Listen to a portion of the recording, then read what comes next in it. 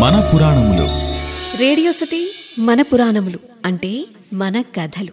రామయ్య గురించి, రామయ్య కథను గురించి ఒక్కసారి నెమరు వేసుకుంటే ఆయన చేతబూనిన విల్లు కూడా ఎంతో ప్రఖ్యాతిగాంచినది, ఎంతో వైశిష్ట్యాన్ని కలిగి ఉన్నది.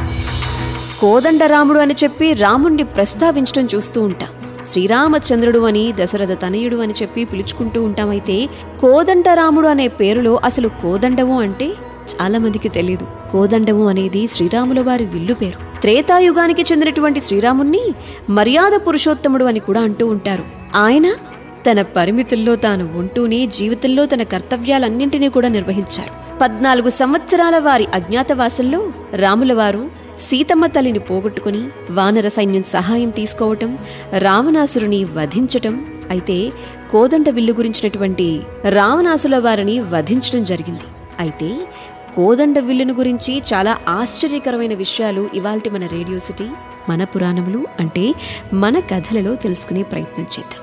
అనుకున్నాం కదూ, శ్రీరాముల వారి విల్లు పేరు కోదండవని. దీన్ని అందరూ పట్టుకోలేరుట. ఇది చాలా సాధారణంగా కనిపిస్తుంది, కానీ కొన్ని విషయ సమాచారాల ప్రకారం ఈ విల్లు వెదురుతో తయారు చేయబడింది అని అంటారు. అంతేకాదు, రామచరిత మానస్లో తులసీదాస్ గారు కోదండం యొక్క గొప్పతనాన్ని గురించి వివరించడం జరిగింది. సీతమ్మ తల్లి కోసమని చెప్పి లంకకు వెళ్లేటువంటి సమయంలో సముద్రుడు తనకు దారి ఇవ్వకపోతే శ్రీరాముల వారికి కోపం వచ్చిందట. ఆ కోపంలో సముద్రంలో ఉన్నటువంటి నీటిని ఎండబెట్టేస్తానని చెప్పి అన్నారట.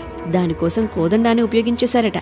కాని సముద్రుడు వెంటనే ప్రత్యక్షమైపోయి క్షమాపణ కోరుకోవటంతో కోదండ నుంచి వెలువడినటువంటి బాణం తన లక్ష్యాన్ని ఛేదించిన తరువాతనే మళ్లీ తిరిగి వెనక్కి వచ్చిందట. కోదండ విల్లు బరువు దాదాపు 1 క్వింటాలు ఉంటుందనంటారు. శ్రీరాముల వారు వారి వనవాస సమయంలో దండకారణ్యంలో నివసించారు. ఆ సమయంలో రాక్షస సంహారం చేశారు. ఆ అడవి రావణుడికి కోట లాంటిది. ఆ అడవిలోనే రాములవారు కోదండ విల్లును సృష్టించటం, దండకారణ్యంలో వివిధ ఆయుధాలను కూడా స్వీకరించడం జరిగింది. ఆ విల్లుతోనే రావణ సైన్యాన్ని సంహరించడం జరిగింది. Radio city podcast.